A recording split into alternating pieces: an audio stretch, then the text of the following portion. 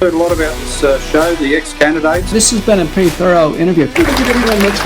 These institutions which we've been told to respect and trust are actually completely untrustworthy. Have you confirmed that you are negative before attending tonight if you are unvaccinated? I still see people with masks on and driving, and they're in the car by themselves. So you can pay my electricity bill, you think, little spit. We're teaching them about what it means to be a pansexual instead of teaching them how to do your taxes. It's no for me.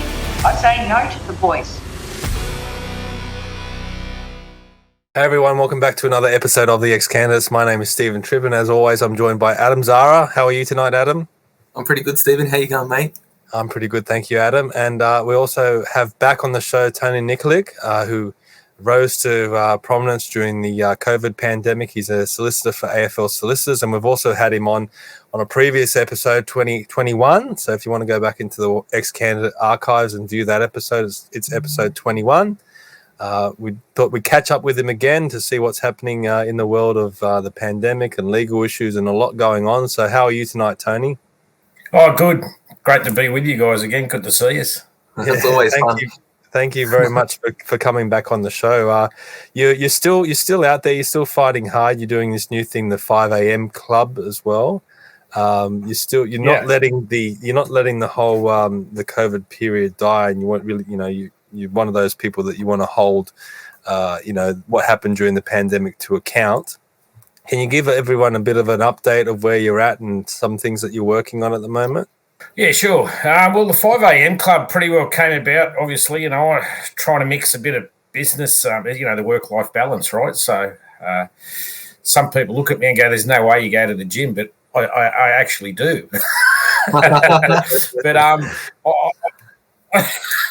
I'll just try and balance it, you know what I mean? Because, law is a lot of people, it's an unforgiving job. It takes its pound of flesh. Long hours, stressful days, very stressful.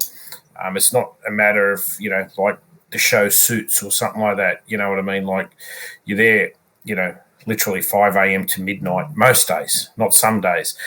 Weekends, you're working weekends. It's a ruthless job, and a lot of people don't understand what we actually go through. But that's so you got to. So the whole idea was to try and encourage that work-life balance, no matter how stressful something can be. So the 5 a.m. club, but I use the 5 a.m. club also because it's so busy.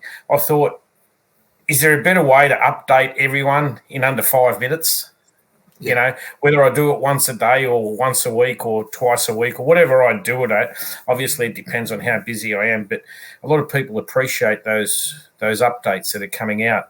And some of those updates a lot of people weren't aware of. Some people who are obviously in the in and around all the data, they're very well aware of it. And it's all about updating people where things are at. So that's where the 5 a.m. club came in. Yeah, it's very good. I watch it, and it's like, and I was all confused. I'm like, mate, is this guy staying up till 5 a.m. to do this? And then I realized it's Twig Day, and I'm just like, oh man, actually, he probably gets home at midnight, goes to sleep, wakes up at 5 a.m., does a 5-minute spiel, goes to the gym, and then heads back to the office. And I'm like, in my head, I'm just like, oh man, because if I was going to do 5 a.m. club, like I would be awake till 5 a.m. and then I'd go to sleep. Yeah.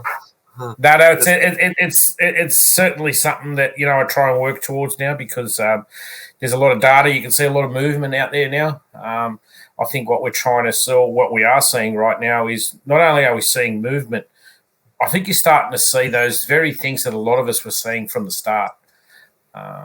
And again, not because I did it, it's because I did it because of the people who were around me, and so everyone around me gets the credit. It was just that. I wrote the letters or I took it to court. But the point I'm trying to make here is when we wrote the letter, when we took the case to court, it was about pinning him down. This is what we knew now. Yeah. Sorry, back then. This is what we know now. It's just worse. We told you back then. Yeah. And so people said, but look, there were criticisms and fair call, but by the same time, one of the hardest litigations I think this country has seen, and it went all the way to the High Court. But a lot of people misjudged what the actual outcome was. Yes, there was technically there was an unsuccessful issue to it, but a lot of people actually missed the case. Really, it said this, is that you do have a right to bodily autonomy, yeah? You do have a right to say no, and there are no consequences. No one explained that to anybody. And everyone still thought, but now I have to do. And they said there was no mandate. So where did the mandates go? Or why were we always told there was a mandate? And you have that. And the other side of the coin is, and this is the critical one,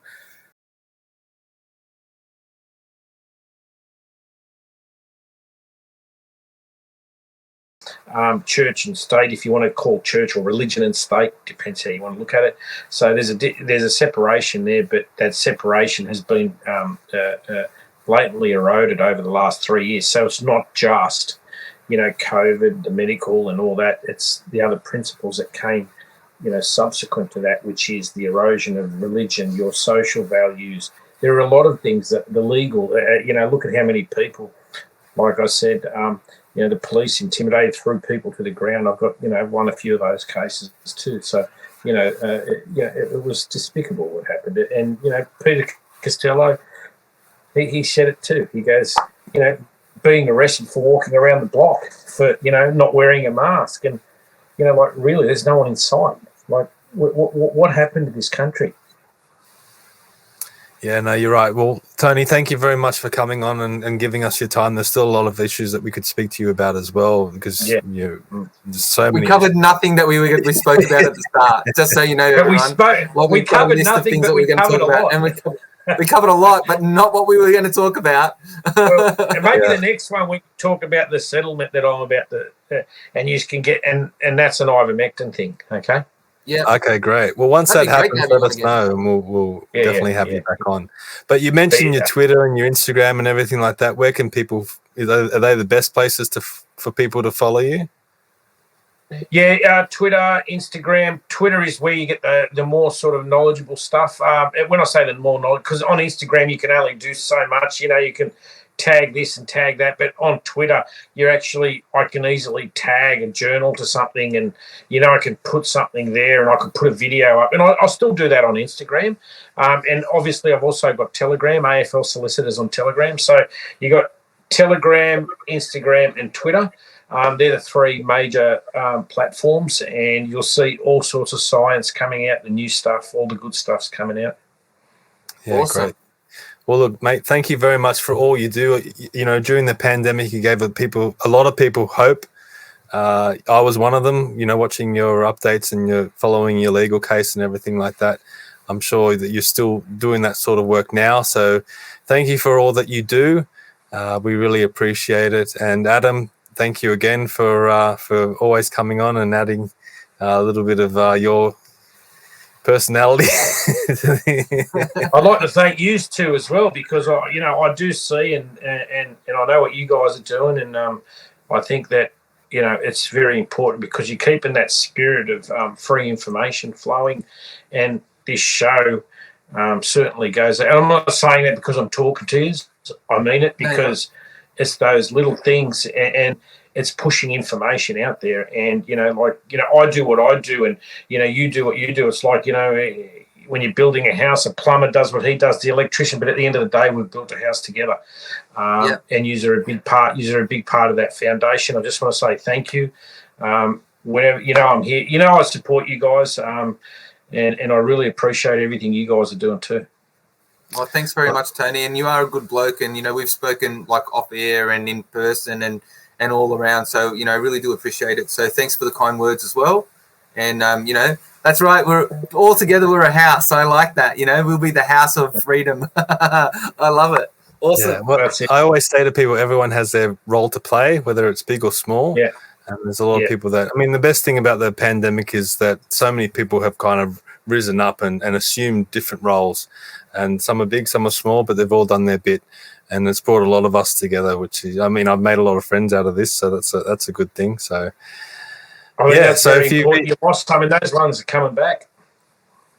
Yeah, some are starting to now. Or they're walking around like this, or got a limp or something, or but they're back. So it's all good.